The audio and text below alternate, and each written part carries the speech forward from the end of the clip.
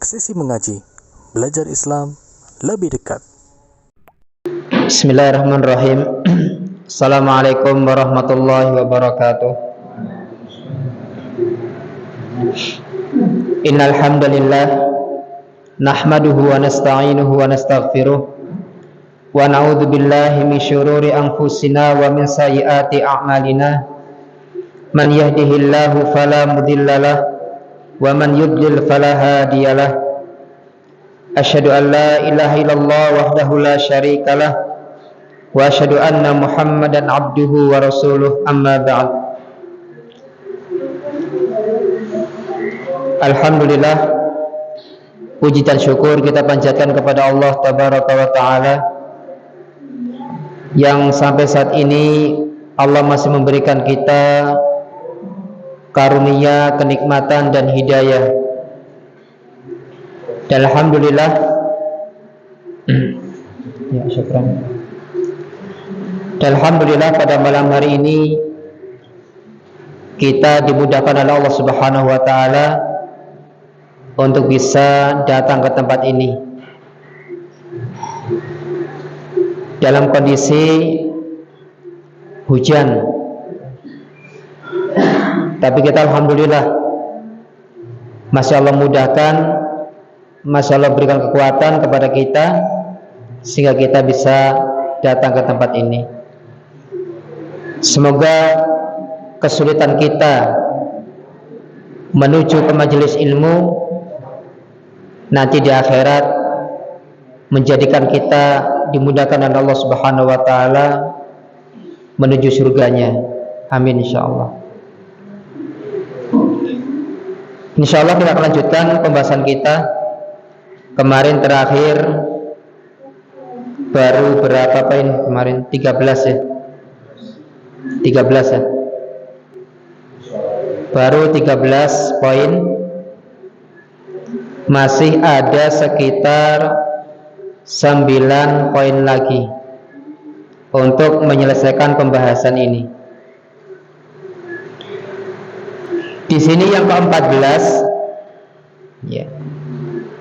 Yang ke-14 adalah syarat sahnya salat mayit.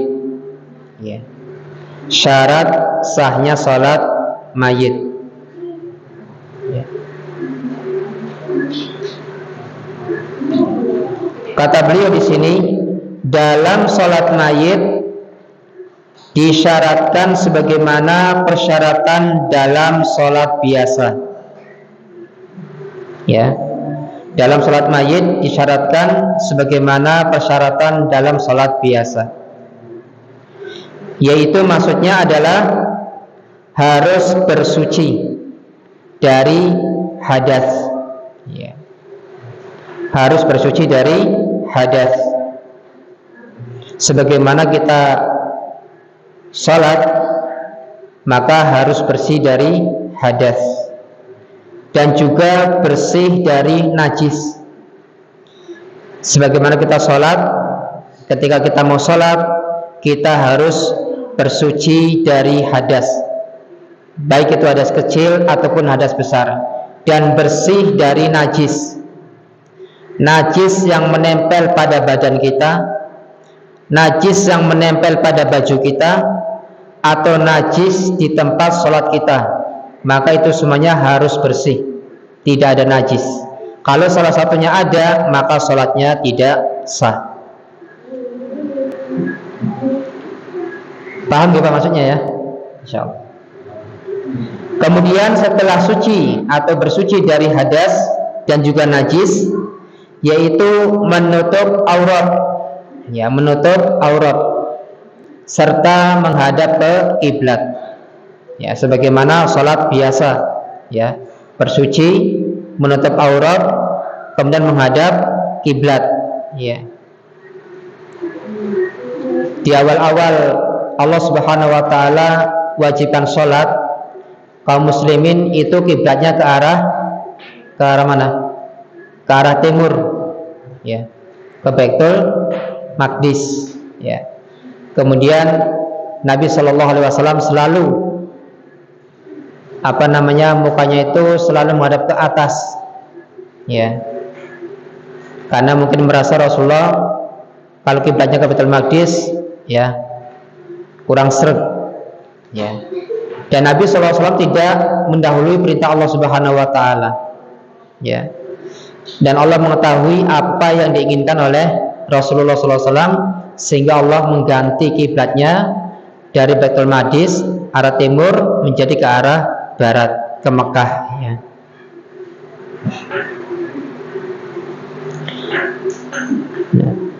Karena Rasulullah SAW menyebutkannya dengan sholat, ya. Nabi SAW bersabda, "Sallu ala sahibikum." Sholatkanlah teman kalian ini, ya.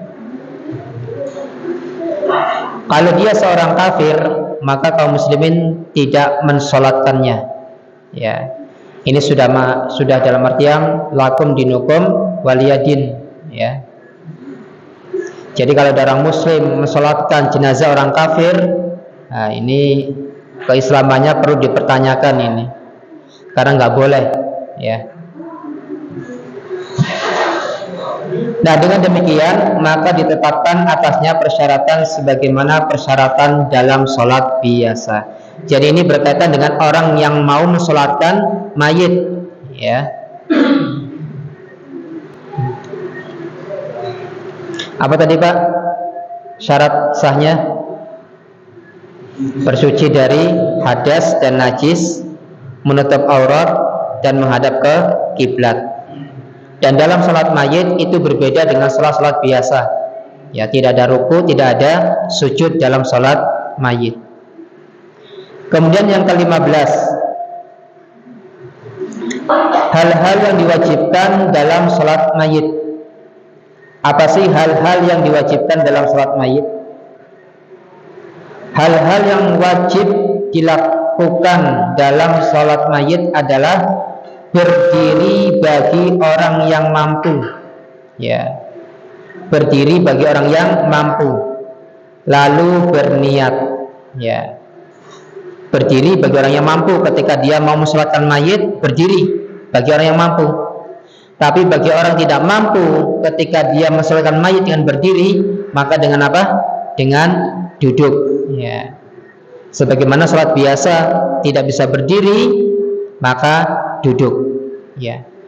Nah, ketika dia duduk itu karena tidak bisa berdiri ketika mensolatkan mayit, maka tidak ada ruku, tidak ada sujud. Jadi duduk tidak begini, ya, ataupun begini, ya. Jadi dia tetap dalam keadaan duduknya dengan berdiri tegap, ya. Dengan 4 kali takbir, ya. Takbir pertama membaca surat Al-Fatihah, ya, tentunya a'udzubillahi minasyaitonirrajim, ya. Tidak usah membaca doa iftitah, ya. Boleh enggak kita setelah surat Al-Fatihah kita baca surat yang lain? Misalkan tambahkan qul huwallahu ahad. Boleh tidak? Ya, para ulama dia membolehkan kalau ingin menambahkan surat yang lain. Ini sebagian ulama, ya, berpendapat ada yang membolehkan setelah baca Al-Fatihah boleh ditambah dengan surat yang lain. Tapi cukup Al-Fatihah saja tidak apa-apa, karena itu rukun. Kemudian takbir yang kedua, sholawat, sebagaimana kita bersolawat ketika di dalam sholat. Allahumma sholli ala Muhammad wa ala ali Muhammad kama shallaita ala Ibrahim wa ala ali Ibrahim innaka Hamidun Majid, sampai selesai. Kemudian takbir yang ketiga itu doa untuk mayit. Kalau mayitnya itu apa? Laki-laki, Allahumma ighfir lahu warhamhu wa'afihi wa'fu anhu. Kalau mayitnya itu perempuan, hu-nya diganti ha, Allahumma ighfir laha warhamha wa'afiha wa'fu anha, dan seterusnya. Jadi berdiri bagi yang mampu. Kalau tidak mampu maka dia duduk dengan berniat, ya, dia niat mensolatkan mayit. Rasulullah SAW bersabda, innamal a'malu binniyat, ya, sesungguhnya amal itu tergantung pada niatnya. Hadis ini dari Umar bin Khattab, ya, diriwayatkan oleh Imam Bukhari dan Imam Muslim, ya. Kemudian kata beliau, membaca Al-Fatihah atau mengucapkan pujian dan sanjungan kepada Allah Subhanahu wa taala, membaca sholawat atas Nabi, membaca takbir 4 kali, berdoa dan salam. Jadi tadi urutannya ya. Takbir pertama Al-Fatihah, takbir kedua sholawat, takbir ketiga doa, takbir keempat salam. Ya. Tapi saya mendapati beberapa imam yang mensolatkan jenazah itu kadang ya maaf cepat sekali. Jadi Allahu Akbar, baca Al-Fatihah saya belum selesai, dia sudah takbir yang kedua. Kadang salat belum selesai, takbir yang ketiga. Saya baru baca Allahumma ighfir lahu warhamhu wa'fu anhu, belum selesai, ya belum pertengahan sudah takbir Allahu Akbar. Ya. Ya tidak apa-apa sih kalau membaca Allahumma ighfir lahu warhamhu, Allahumma ighfir lahu warhamhu ya. Tapi alangkah lebih baiknya membaca sampai selesai. Setelah itu ada doa yang lain. Allahumma ighfir li hayyina wa mayyitina wa syahidina wa ghaibina wa dzakarina wa unsana, Allahumma man ahyatahu minna fa ahyihi al Islam, dan sampai selesai. Dan ada juga doa khusus bagi mayit yang anak kecil ya. Kemudian yang ke-16 ya. Yang ke-16, tata cara sholat mayit ya. Tata cara sholat mayit. Adapun tata cara sholat mayit adalah sebagai berikut kata beliau. Hendaklah mayit atau beberapa mayit diletakkan dalam posisi menghadap ke kiblat. Ya, menghadap ke kiblat. Kemudian imam berdiri dan makmum berdiri di belakang imam. Dan disunahkan untuk membuat 3 barisan. Ya. Lebih banyak, lebih baik. Ya. Kalau antum ada 10 orang makmum, maka dibuatkan 3 barisan. 3, mungkin depannya 4, belakangnya 3. Ya. Tapi kalau cuma 1 ya, makmumnya ya di samping kanan imam.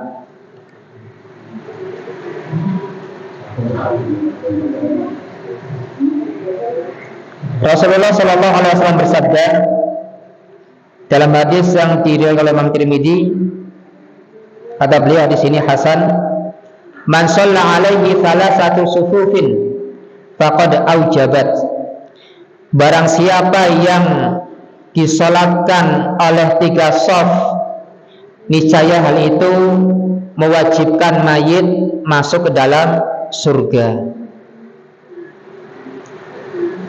Ya, ini 3 shaf ya, minimal.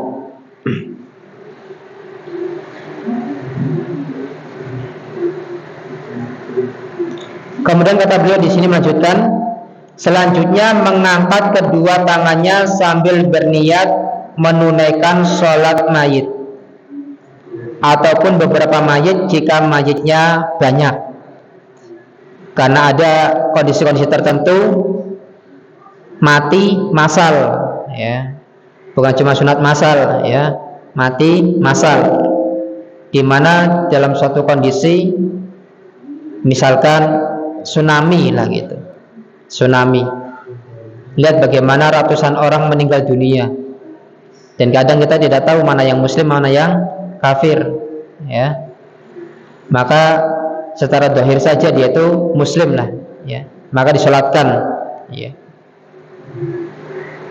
seraya membaca Allahu Akbar, bertakbir, kemudian baca Al-Fatihah atau memanjatkan pujian dan sanjungan kepada Allah, lalu bertakbir dan mengangkat kedua tangannya ya jika berkenan, atau membiarkan keduanya menempel pada badannya dengan posisi tangan kanan diletakkan di atas tangan kiri.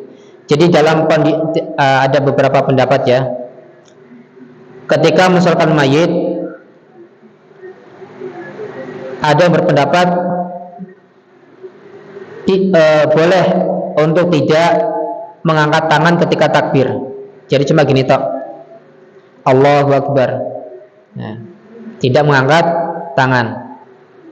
Kemudian baca Al-Fatihah sampai selesai. Kemudian Allahu Akbar, membaca sholawat.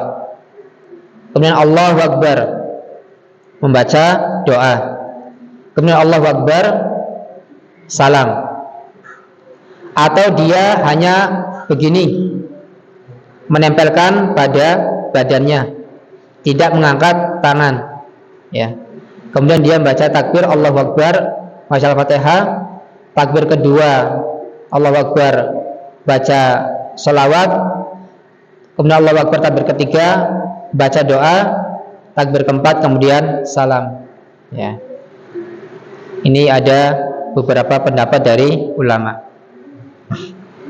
Tapi yang lebih bagus adalah mengangkat tangan ketika takbir, ya.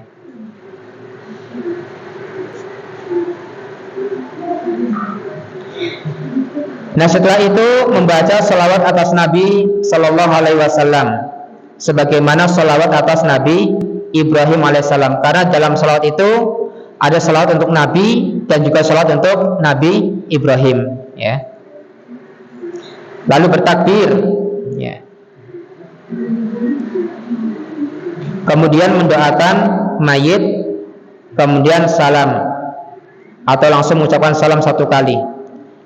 Antum kalau misalkan mayit, salam cuma satu kali saja itu sudah sah, karena wajibnya itu salam itu satu kali. Adapun salam kedua itu hukumnya sunnah, ya. Jadi kalau antum misalkan Assalamualaikum warahmatullahi, kemudian udah cukup. Kenapa? Karena sholat itu diawali dengan takbiratul ihram dan ditutup dengan salam. Jadi satu kali salam saja itu sudah cukup, ya. Bagaimana kalau orang misalkan sholat baru kemudian ngentut misalkan, ya, maka dia batal, ulangi lagi sholatnya, ya. Jadi baru kentut nih, maka dia batal sholatnya. Dia wudhu lagi, kemudian ulangi sholatnya.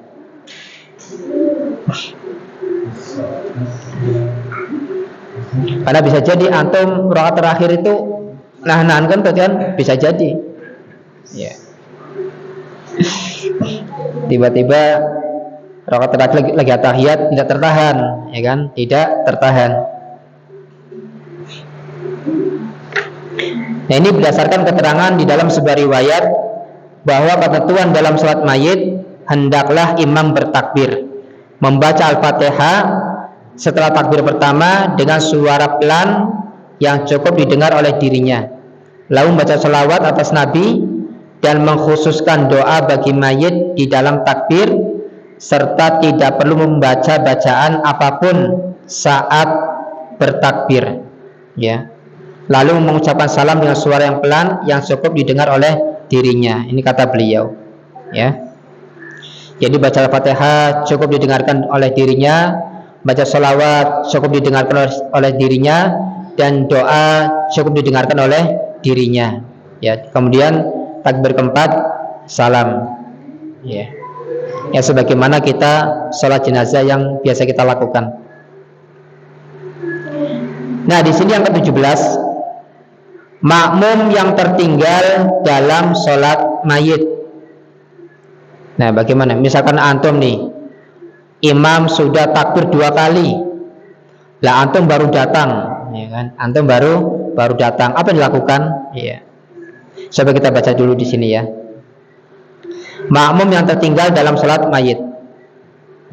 Kalau misalkan jamaah sudah selesai, kan kita bisa sholat sendirian dari awal sampai akhir. Nah, ini misalkan orang baru masuk, imamnya sudah takbir 2 kali, ya, memasuki takbir yang ketiga. Coba kita baca di sini dulu, ya. Bagi makmum yang tertinggal dalam salat mayit, jika dia berkenan, maka ia dapat mengganti takbir yang tertinggal secara berurutan. Ya, berurutan. Berarti kalau dia tertinggal 2, berarti dia Allahu Akbar, Allahu Akbar, ya. Jika berkenan.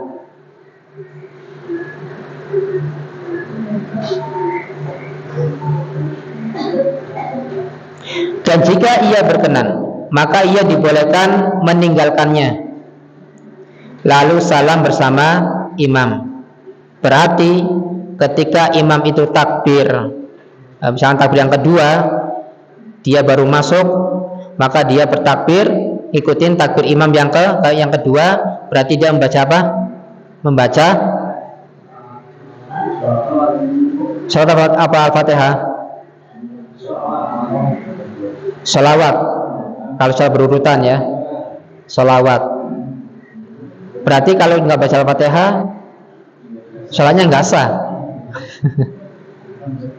Sholatnya tidak sah. Ya. Coba kita baca dulu ya.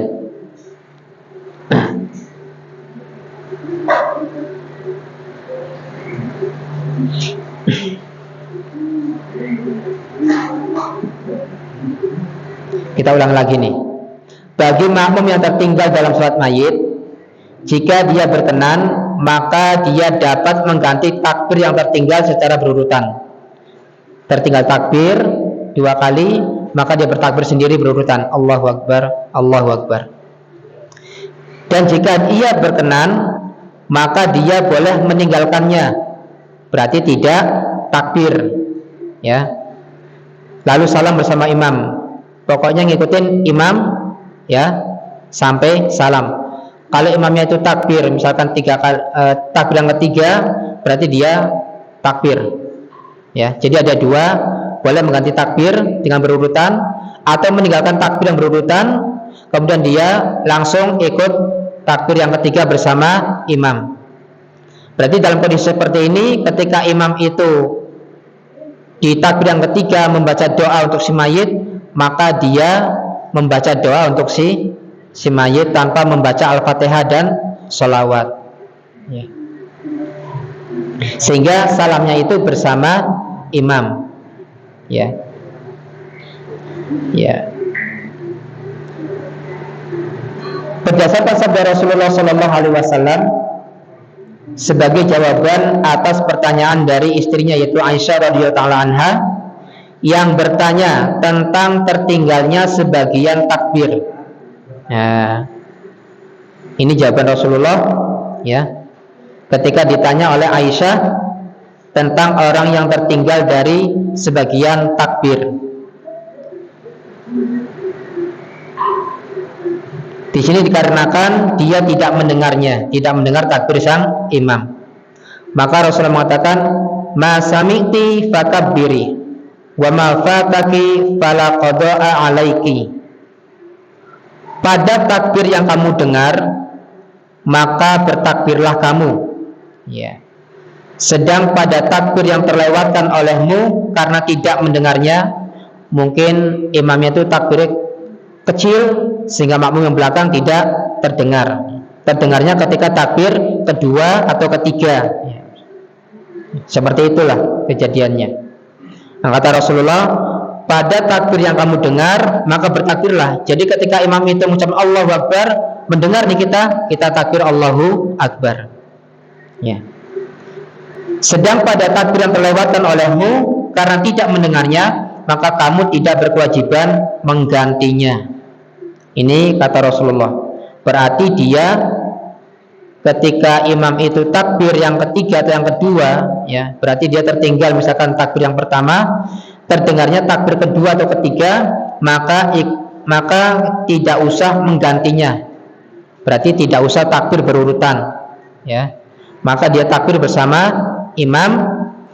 Ketika imam itu takbir yang ketiga atau yang kedua misalkan, maka dia baca doa yang kedua. Kalau imam takbir yang ketiga, maka dia membaca takbir yang doa di takbir yang ketiga, ya.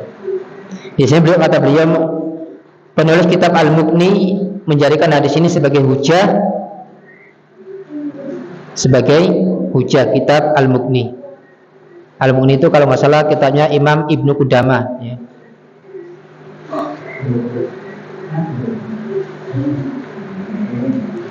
Nah, karena masalah seperti ini bisa jadi terjadi pada diri kita, ya.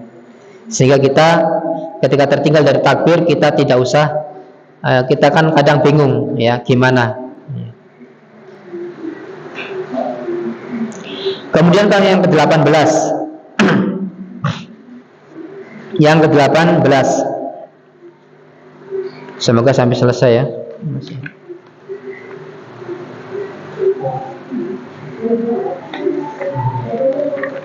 Yang ke-18 tentang orang yang ikut menguburkan mayit tetapi belum mensolati mayit. Jadi mungkin mayit disolatkan di masjid sini, ya, udah selesai nih, orang baru datang, ya, ternyata mayitnya lagi digotong ke kuburan, ya, sampai dikuburkan sampai selesai dia belum mensolatkannya. Maka dalam kondisi seperti ini, ketika sudah selesai penguburannya, dia boleh mensolatkan mayit di kuburan. Ini pengecualian, ya, karena ini pernah dilakukan oleh Rasul Shallallahu Alaihi Wasallam. Ya. Bagi seseorang yang menguburkan, tetapi dia belum mensolatinya, maka dia boleh mensolatinya di kuburannya. Ya, karena sholat jenazah tidak ada ruku, tidak ada sujud. Ya, masa kita depan kuburan, ruku Allahu Akbar, ya, kemudian sujud, ya, sesuatu yang tidak pantas, ya. Ruku sujud hanya kepada Allah Subhanahu wa taala, ya. Karena Rasulullah sallallahu alaihi wasallam pun mensolati seorang wanita. Wanita ini adalah tukang bersih-bersih masjid. Dikabarkan wanita ini meninggal dan Rasul belum sempat mensolatinya. Maka Rasulullah mendatangi kuburannya dan sholat di sana. Zaman sekarang ada nggak wanita yang bersih-bersih masjid? Ada kayaknya Pak, tapi jarang. Ya. Jarang. Kayaknya kok kalau wanita bersih-bersih masjid itu dipandangnya gimana gitu ya. Kalau laki kan wajar, ya. Apalagi kalau yang bersih-bersih wanita itu cantik, waduh, calon inyong, ya.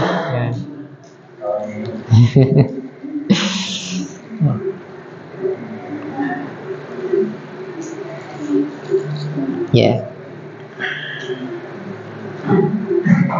Nah, setelah dia dikuburkan dan para sahabat sholat di belakang Nabi Shallallahu Alaihi Wasallam. Jadi Rasul dan para sahabat yang belum sholatkan wanita ini, Rasulullah mendatangi kuburannya dan Rasulullah sholat bersama para sahabat sholat mayit. Ya. Nah, sebenarnya dari kejadian-kejadian yang dialami oleh Rasulullah dan kejadian-kejadian yang Rasulullah lakukan itu sebenarnya adalah pelajaran buat umatnya. Ya. Ini yang boleh, ini yang tidak, ya. Demikian juga dibolehkan mensolati mayit yang tidak ada di hadapan pendiri sholat, karena lokasinya jauh dari tempat pendiri sholat. Mungkin ini namanya sholat gaib, ya. Mensolati mayit tapi mayitnya tidak ada, ya. Jadi orang sholatnya misalkan di masjid misalnya, ya. Nah, bisa jadi seseorang misalkan mati dimakan buaya atau tenggelam hilang, ya, atau jenazah yang belum disolatkan, ya. Maka dalam kondisi seperti ini namanya sholat gaib, sholat jenazah tapi jenazahnya tidak ada di hadapan orang yang sholat, ya. Kemudian karena Rasulullah SAW juga mensolatkan mayit atas mayit Raja Najasyi yang berada di negeri Habasyah, Ethiopia. Ya. Ini pernah dilakukan oleh Rasulullah.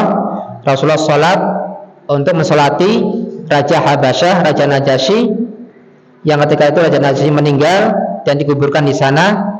Dan Rasulullah mendengar kabarnya dan Rasulullah mensolatkannya bersama para sahabat. Sedang Rasulullah SAW dan kaum mukminin para sahabat berada di kota Madinah Al-Munawwarah, jauh jaraknya, ya. Kira-kira butuh berapa bulan, Pak?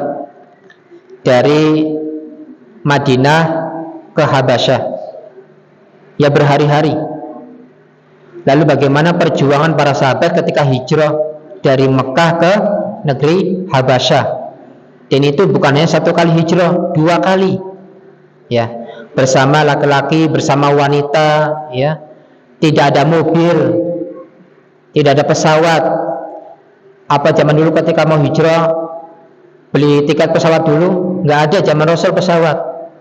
Kemudian ke negeri Habasyah hijrah, ya, tidak ada. Ya, bagaimana perjuangan mereka mempertahankan keislaman dan keimanan mereka kepada Allah Subhanahu wa taala. Berat. Perjuangan zaman dulu itu berat. Ya. Kemudian yang ke-19. Ya, yang ke-19. Doa yang dibaca dalam sholat mayit.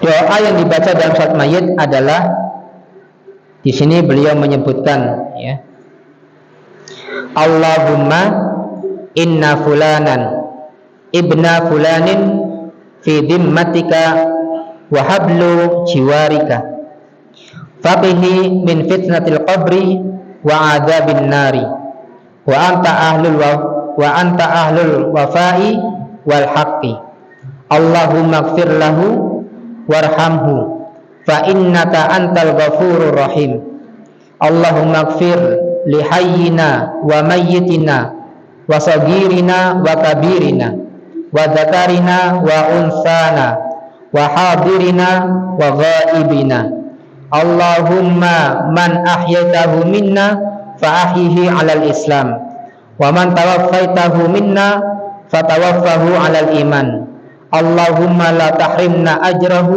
wa la tudillana ba'dahu. Ini doa yang pertama. Ya.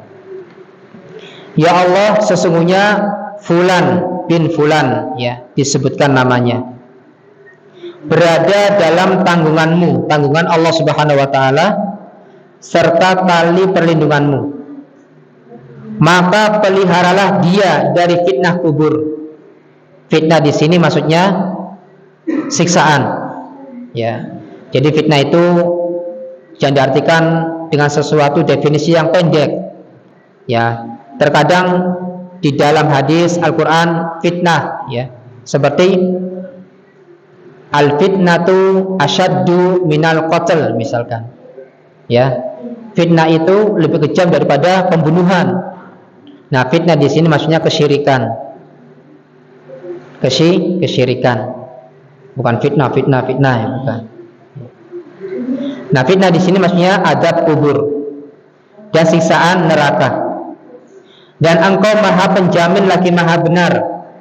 Ya Allah, ampunilah dia dan kasihanilah dia. Karena sesungguhnya Engkau Maha Pengampun lagi Maha Penyayang. Ya Allah, berilah ampunan bagi orang yang masih hidup di antara kami dan orang yang telah mati di antara kami, anak kecil kami, orang dewasa kami, kaum laki-laki kami, kaum wanita kami, orang yang hadir dan orang yang tidak hadir di antara kami. Ya Allah, orang yang Engkau hidupkan di antara kami, dan hidupkanlah ia di dalam keadaan berpegang teguh kepada agama Islam.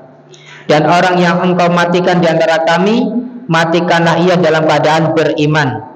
Ya Allah, janganlah Engkau halangi kami atas pahala kematiannya, dan janganlah Engkau sesatkan kami sepeninggalnya. Masya Allah, ya. Ini doa yang sangat luar biasa. Banyak sekali permintaan-permintaan mendoakan orang yang hidup atau orang yang mati, ya. Baik itu laki-laki, perempuan, anak kecil, dewasa, ya.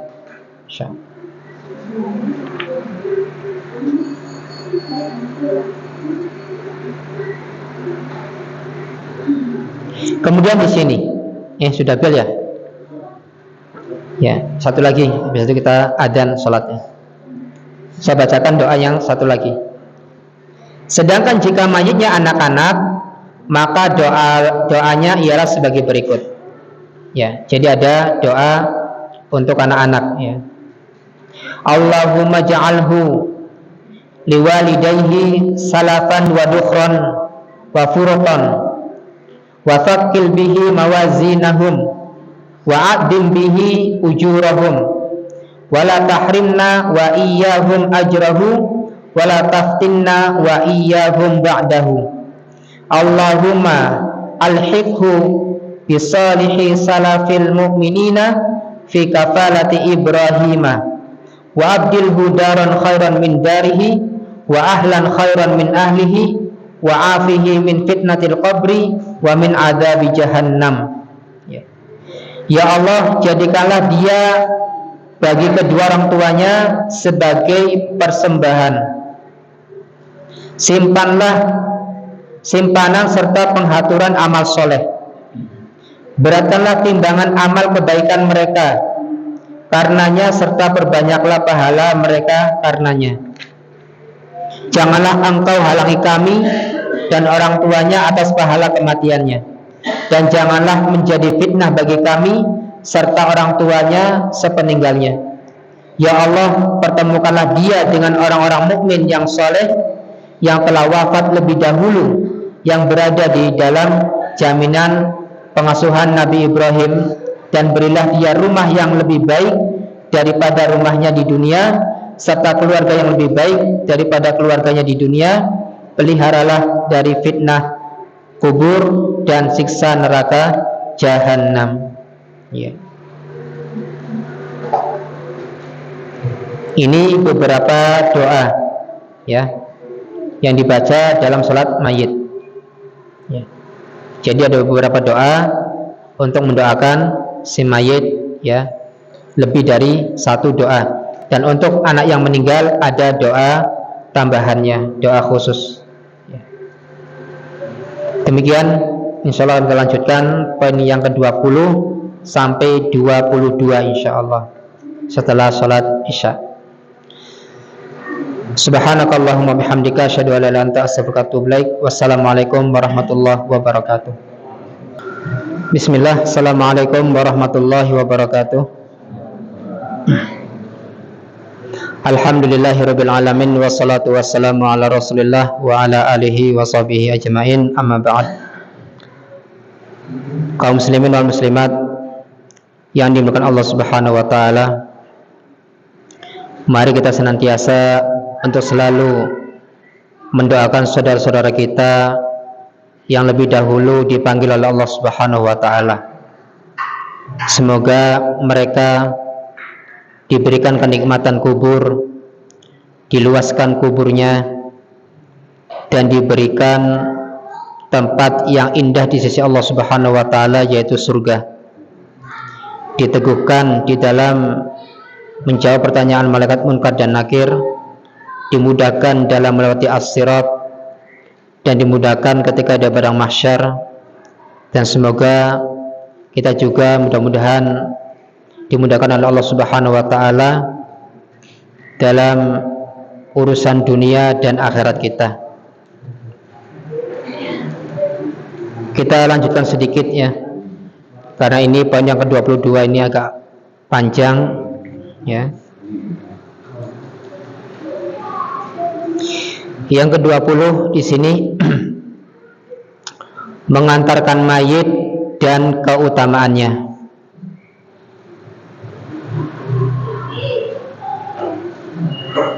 Mengantarkan mayit dan keutamaannya.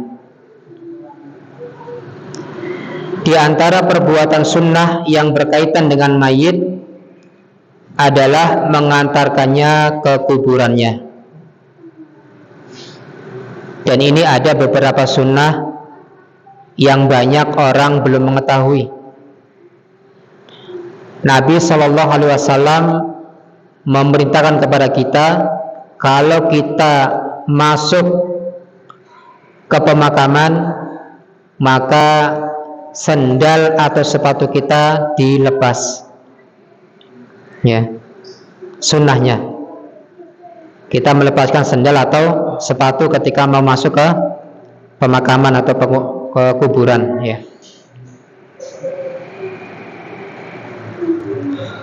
Maka perbuatan sunnah yang berkaitan dengan mayit adalah mengantarkannya ke kuburannya.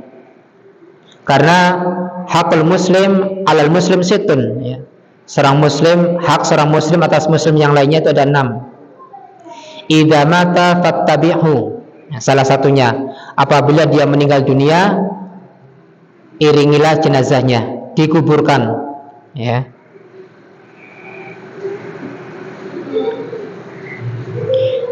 Sabda Rasulullah sallallahu alaihi wasallam, "Audul maridha wamshu ma'al janazati tudzakirukumul akhirah."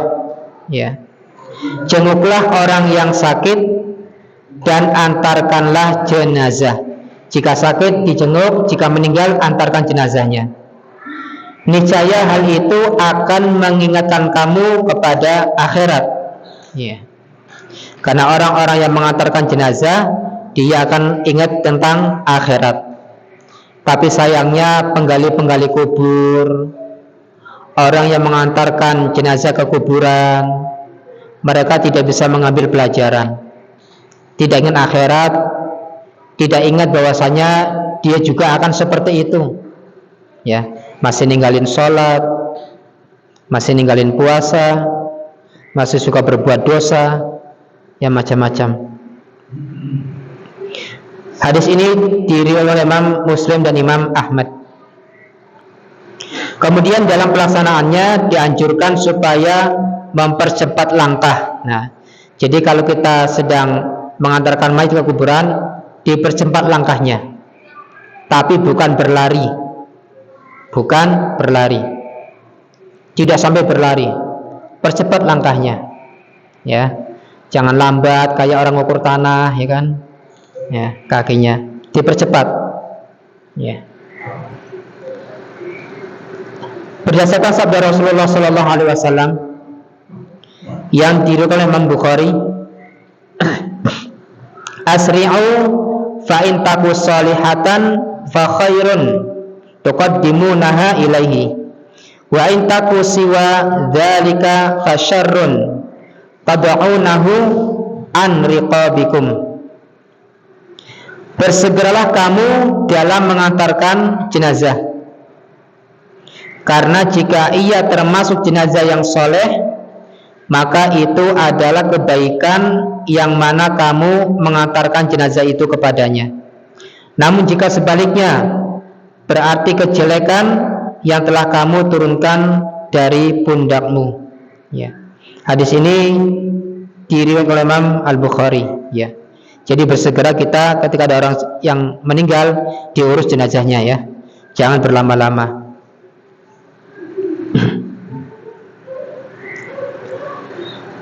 Kemudian para pengantarnya dianjurkan supaya berjalan di depannya. Ini kata beliau di sini.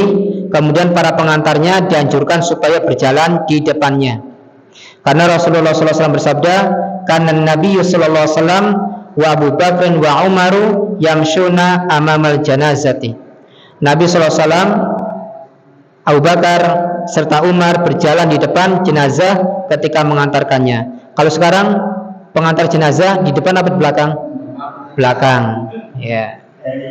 Jenazahnya, ya, di depan, ya.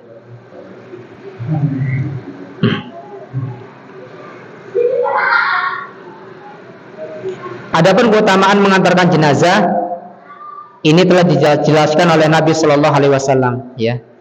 Pahala bagi orang yang mengantarkan jenazah ke kuburan sampai selesai penguburannya. Kalau orang mensolatkan mayit itu kan ada pahalanya. Berapa pahalanya? 1 qirat.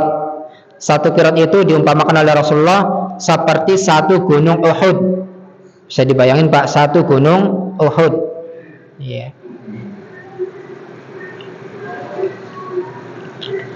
Nabi SAW bersabda, "Man atba'a janazata muslimin imanan wa ihtisaban wa kana ma'aha hatta yusalli 'alaiha wa yafrugha min dafniha fa innahu yarji'u minal ajri bi qirataini kullu qiratin mithlu Uhudin wa man shalla 'alaiha thumma raja'a qabla an tudfana fa innahu yarji'u bi qiratin. Barang siapa yang mengantarkan jenazah seorang muslim karena iman dan mengharap pahala dari Allah, dan sebelumnya dia telah menyertai jenazah hingga mensolatinya dan selesai menguburkannya, niscaya dia akan pulang dengan membawa pahala 2 qirat. Ini kalau orang mensolatkan jenazah plus dia mengantarkan jenazah ke kuburan sampai selesai, maka baginya pahala 2 qirat. Di mana setiap qiratnya itu seperti besarnya seperti gunung Uhud. Yang tuh bisa lihatlah gunung Uhud itu besarnya seberapa ya. Beratnya seberapa kilo ya saya nggak tahu karena belum pernah nimbang ya. Dan barang siapa yang hanya ikut mensolatinya kemudian dia pulang sebelum jenazah dikuburkan, niscaya dia hanya membawa pulang dengan membawa pahala 1 qirat. Kita nih kalau mensolatkan, cuma mensolatkan nih kemudian pulang ke rumah, nggak mengantarkan sampai dikuburkan, maka kita sudah mendapatkan pahala 1 qirat. Tapi kalau kita mensolatkan kemudian kita mengantarkan jenazahnya ke kuburan sampai penguburan selesai, maka kita mendapatkan 2 qirat, pahala mensolatinya dan pahala mengantarkan jenazah sampai selesai dikuburkan ya. Nanti kemalaman Pak ya. Mungkin sampai di sini dulu. Insya Allah sedikit ini akan kita lanjutkan. Nanti mungkin akan diganti dengan bab yang baru, tapi kita akan lanjutkan.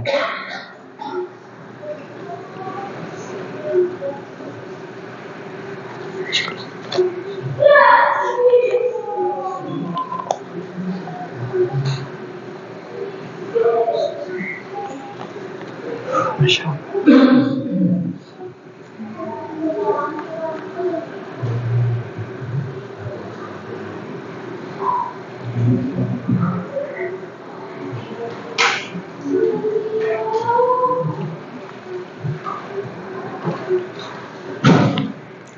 Assalamualaikum warahmatullahi wabarakatuh. Emang benar kalau sholat batal karena tertawa, tidak boleh sholat lagi, tapi harus wudu lagi agar bisa sholat. Kalau sholat itu batal, ya diulangi dari awal takbiratul ihram, tidak usah berwudu lagi ya, karena tertawa termasuk pembatal sholat. Kalau dia misalnya sholat kemudian tertawa, maka dia batal sholatnya, tapi tidak usah berwudu lagi. Cukup dia mengulangi dari awal takbiratul ihram Allahu Akbar, kemudian ikut gerakan bersama imam. Misal contoh,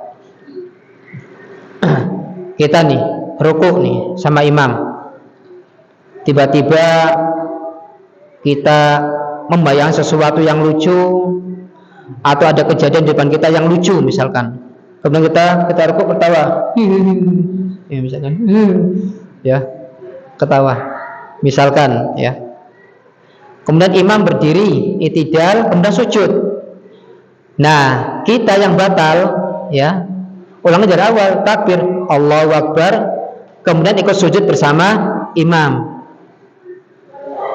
Tidak usah berwudu lagi, kecuali kalau batalnya itu karena pembatal wudu. Contoh, lagi sholat ruku atau sujud atau tahiyat, tiba-tiba kentut misalkan ya, maka dia batal sholatnya plus batal wudunya, maka dia berwudu kembali. Jadi tertawa termasuk pembatal sholat, bukan pembatal wudu. Jadi nggak usah wudu lagi, dimulai dari awal lagi. Begitu juga ketika di mulut kita ada makanan ya, di mulut kita nih mau sholat, kita makan dulu misalnya emping atau kacang misalkan, nyantol ya, kita ini sama lidah gini kan nyelap nggak kena ya. Lah maka wajib itu dikeluarkan. Kalau kena itu ada sisa makanan, dikeluarkan, ya. Kalau sengaja ditelan, batal sholatnya. Tapi kalau ada sisa makanan, kita mau mengeluarkan, tidak sengaja ketelan, maka sholatnya tidak batal, ya. Jadi sisa makanan yang ada di dalam mulut kita ini, kalau ketelan tidak sengaja, tidak membatalkan sholat. Tapi kalau tahu ada daging-daging, ya, itu harus dikeluarkan. Kalau kita sengaja menelannya, maka batal sholatnya, ya. Dan apakah benar Rasulullah pernah bersabda, siapa saja yang mengambil tanah kuburan, aduh, ngeri, ya?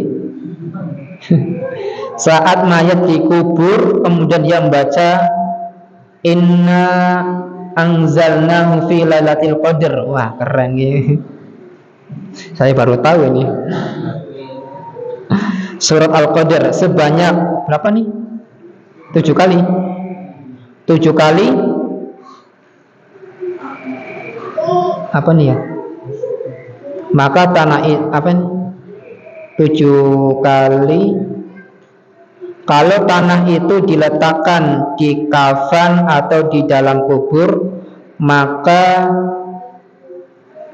ayat itu tidak akan maka mayit itu, ini tulisannya ayat, maka mayit itu tidak akan diadab di dalam kuburnya, ya. Wallahu ta'ala alam, kayaknya nggak benar ini. Kalau dilihat dari sininya nggak benar, ya. Saya belum dapat keterangan tentang semacam ini, ya. Ngambil tanah saat mayat dikubur, kemudian dia membaca, mungkin tanahnya dibaca, ya, tanahnya, ya, inna anzalnahu fi lailatul qadar wa ma adraka ma lailatul qadar, kok sampai selesai, ya.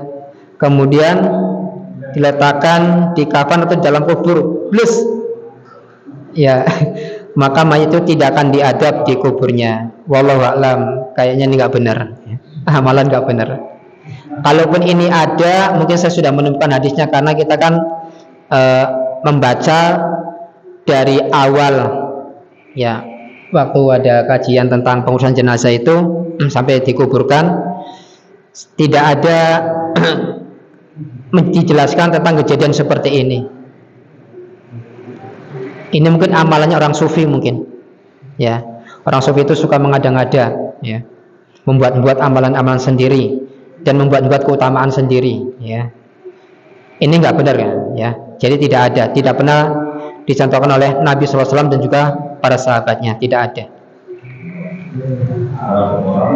Kenapa surah Al-Qadar, bukan surat yang lainnya, ya, Al-Baqarah, ya. Menurut saya ini hadisnya tidak sahih, ya, tidak sahih kejadian seperti ini. Wallahu ta'ala a'lam, ya.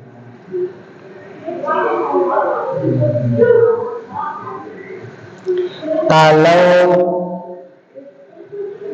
mayit itu tidak ingin diadab,